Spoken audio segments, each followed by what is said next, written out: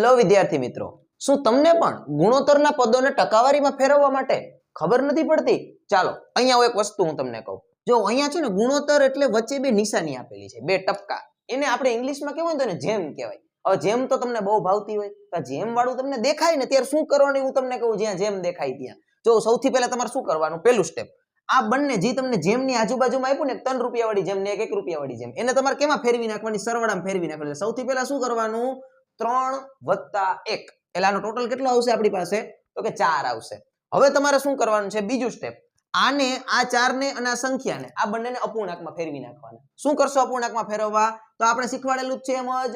જેમ 4 છે એ ક્યાં મૂકી દેવાના? પાયામાં મૂકી દેવાના અને ઉપર છતમાં શું મૂકી દેવાનું? આ બાજુનો 1 પહેલા મૂકી દેવાનો અને પછી શું કરવાનું? તો બીજી વખત એવું જ કરવાનું. પાયામાં 4 મૂકી દેવાના અને ઉપર છતમાં કેટલા મૂકી દેવાના? 3 મૂકી દેવાના. મતલબ કે આ 1 અને 3 આ બંને સંખ્યા જે ઉપર આપણે જેમમાં આપી હતી એ સંખ્યા ક્યાં આવી ગઈ? અપૂર્ણાંકમાં આવી ગઈ. હવે આની ટકાવારી ગોતવા આપણે શું કરશું? તો આપણી પાસે સહેલી રીત એક જ છે, ગુણ્યા 100 કરી નાખવાના બંનેમાં. ચાલો ગુણ્યા 100 કરો, પછી આને શું ઉડાડવાના? આપણે છેદ ઉડાડી નાખીએ. ચાલો ઉડાડીએ છેદ. અહીંયા કેટલા આવશે? 25. શું કરવા 25? તો કે 25 4 100 થશે. સેમ અહીંયા પણ એમાં એવું જ થશે, 25 4 100.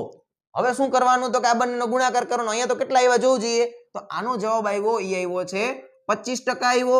અને આનો કેટલો આવ્યો? 25 અહીંયા છે ને 3 અહીંયા છે. 25 અને 3 બંને ગુણાકારમાં છે. તો શું કરશું આપણે? તો કે 25 તેરી કેટલા થાય? તો કે 25 તેરી થાય 75. આ બંને છે આપણા જવાબ.